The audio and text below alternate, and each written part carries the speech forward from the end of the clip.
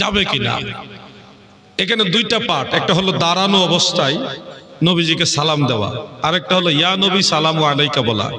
মনে রাখবেন, আমরা যে দাঁড়িয়ে নবীজিকে সালাম দিই এটা মূলত সাহাবাই কারামের কাছ থেকে এসছে।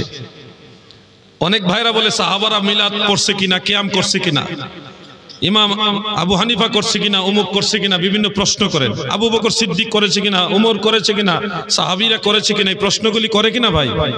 আজকে আপনারা নোট করে নেন, সাহাবাই কারাম দাঁড়িয়ে নবীজিকে সালাম দিয়েছে। একটা দলিল আমি এখন আপনাদের শোনাবো, সেটা পবিত্র কোরআনের সূরা আহজাবের 56 নম্বর আয়াত। কত? 56 নম্বর আয়াত, যেটা আপনারা নিশ্চয়ই পারেন। ইন্নাল্লাহা ওয়া মালাইকাতাহু ইউসাল্লুনা আলান নবী ইয়া আইয়ুহাল্লাযীনা আমানু সাল্লু আলাইহি ওয়া সাল্লিমু তাসলিমা। এই আয়াতের তাফসীরের মধ্যে হাফিজুল হাদিস ইমাম আবু জাফর ইবনু জারির আত-তাবারি রাহমাতুল্লাহ আলাইহি, তিনি, এটা বেশি দিন আগের কিতাব না, মাত্র 1100 বছর আগের কিতাব। বেশি দিন হয়েছে? বেশি দিন হয় নাই, মাত্র 1100 বছর হয়েছে। সেই কিতাবের মধ্যে এই আয়াতের তাফসীরের মধ্যে সহিহ সনদে হাদিসটা উল্লেখ। যখন এই আয়াতে কারিমা নাজিল হলো, হযরতে কাআব ইবনু উজরা রাদিয়াল্লাহু আনহু, আল্লাহর রাসূলের সাহাবী, তিনি বলেন আল্লাহর আদেশ হলো ওয়াসাল্লিমু তাসলিমা, আমার নবীকে তাজিম করে তাকিদ দিয়ে বলতেছে অতীব মহব্বত তাজিম করে সালাম দাও। আমার নবীকে তাজিম করে কিভাবে সালাম দেওয়া যায় গো, এই চিন্তা করে হযরতে কাআব ইবনে উজরা বলেন ফাকুমতু ইলাইহি আই ইলান নবী সাল্লাল্লাহু আলাইহি ওয়াসাল্লাম ওয়া কুলতু আসসালামু আলাইকা আইয়ুহান নবী ওয়া রাহমাতুল্লাহি ওয়া বারাকাতু।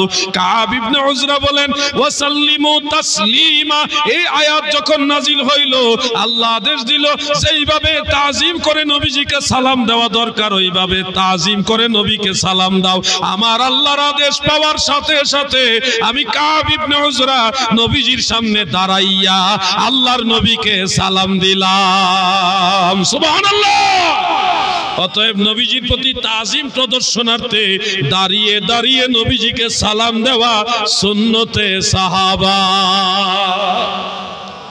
কেউ যদি মনে করেন জিয়াদি ভাই এটাকে আসলে হাদিসে আসেনি, সহিহ হাদিস নেই, আমি বলবো আসেন আমি দেখাবো আপনাকে, ভাই হিসেবে ভালোবেসে দেখাবো, কোনো ঝগড়া না। আপনার কিতাবটা নিয়ে আসেন তাফসীরে তাবারি, আমি ওটা থেকে বের করে দেখাবো, নিয়ে আসেন। আর যদি কিতাব না থাকে অনলাইনে সুবিধা হয়, আমি গুগল থেকে কিতাব বের করে দেখাবো, আপনি আসেন, কিন্তু ঝগড়া করবেন না। এখানে একটা প্রশ্ন দাঁড়ায় যে হুজুর সাহাবী তো নবীজিকে দেখে দেখে দাঁড়িয়েছে, না দেখে নবীজিকে দাঁড়ানো অবস্থায় সালাম দেওয়া যাবে কিনা, এই প্রশ্নটা দাঁড়াতে পারে। আমি বলবো হ্যাঁ দেওয়া যাবে, না দেখলেও দাঁড়িয়ে আল্লাহ রাসূলকে সালাম দেওয়া যাবে। তার দলিল হলো আবু দাউদ, তিরমিজি, ইবনে মাজাহ, নাসাই, মিশকাত, আরো বহু কিতাবে হাদিস, 10 জন সাহাবী থেকে হাদিসটা আছে। নবী আকরাম সাল্লাল্লাহু আলাইহি সাল্লাম বলেছেন ইজা দাখালা আহাদুকুমুল মাসজিদা ফালইউসাল্লিম আলান নবী সাল্লাল্লাহু আলাইহি সাল্লাম, তোমাদের মধ্যে কেউ যখন মসজিদে প্রবেশ করবে তখন আল্লাহর নবীকে, তোমাদের নবীর উপরে সালাম দিবে, এরপরে মসজিদে প্রবেশের দোয়া পড়বে। বলুন এই ভারতবর্ষে, এই পশ্চিমবঙ্গে আপনারা যারা মসজিদে প্রবেশ করেন তখন নবীজিকে সালাম দেওয়ার সময় নবীজিকে দেখে দেখে দিবেন না না দেখেই দিবেন? এই জন্য বোঝা যায় নবীজিকে না দেখলেও দণ্ডায়মান অবস্থায় সালাম দেওয়া যাবে। ভাই আমার, কবরস্থানের পাশে গিয়ে আপনারা সালাম দেন না? কিভাবে সালাম দেন বলেন তো একটু? আসসালামু আলাইকুম ইয়া আহলাল কুবুর, তাই না? এখানে ইয়া হরফে নেদা সহকারে কিন্তু আপনি বলতেছেন, সম্বোধন করে ডাক দিয়ে বলতেছেন হে কবরবাসী তোমাদের উপর আমার সালাম। আপনারা নিশ্চয়ই জানেন মানুষ মারা গেলে বিশেষ কিছু আল্লাহর খাস বান্দা ব্যতীত আর কেউ কবরে থাকে না।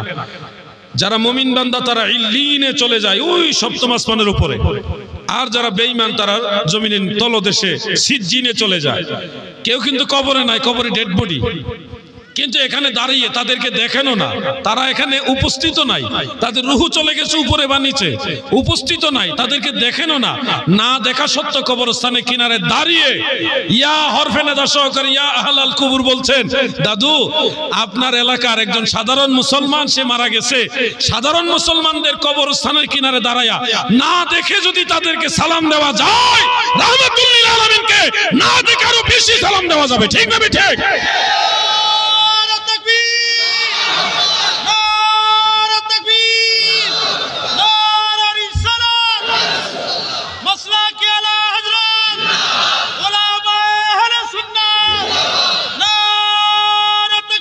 আল্লাহু আকবার।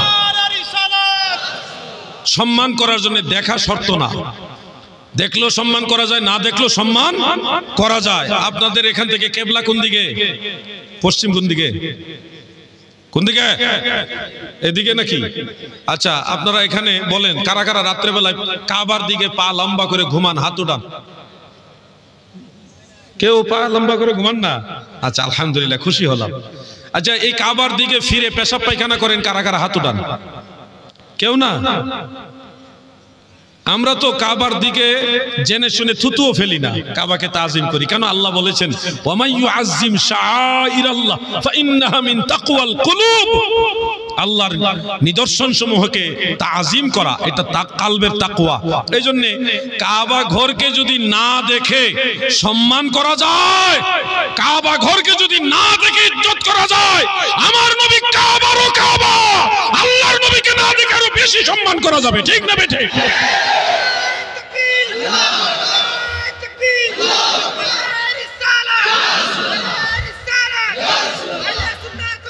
জিন্দাবাদ জিন্দাবাদ আমার ভাইরা। তাহলে ক্লিয়ার যে দেখলেও তাজিম করা যায়, না দেখেও তাজিম করা যায়। আসলে নবীজির সম্মান বোঝার জন্য নসিব লাগে, নসিব। ওই মানুষগুলি নসিব মন্দ যে আল্লাহ রসুলকে ইজ্জত করতে পারছে না, তাহলে কপাল মন্দ। এবার বলবো ইয়া নবী সালামু আলাইকা, এটুকুর ব্যাখ্যা। ইয়া নবী মূলত ইয়া আইয়ুহান নবী। মনে রাখবেন কোরআনুল কারীমের একাধিক জায়গায় আল্লাহ তাআলা নবীজিকে ইয়া আইয়ুহান নবী বলে সম্বোধন করেছেন। যেমন ইয়া আইয়ুহান নাবিয়্যু ইন্না আরসালনাকা শাহিদাও ওয়া মুবাশশিরাও ওয়া নাযীরা। এরকম আরো অনেক জায়গায় আমার আল্লাহ নবীজিকে ইয়া আইয়ুহান নবী বলেছেন। শরহে জামি সহ বেশ কয়েকটা নাহুর কিতাবে আমি দেখলাম ইজা ক্বালা ইয়া রাজুলু ফামানাহু কামানা ইয়া আইয়ুহার রাজুল।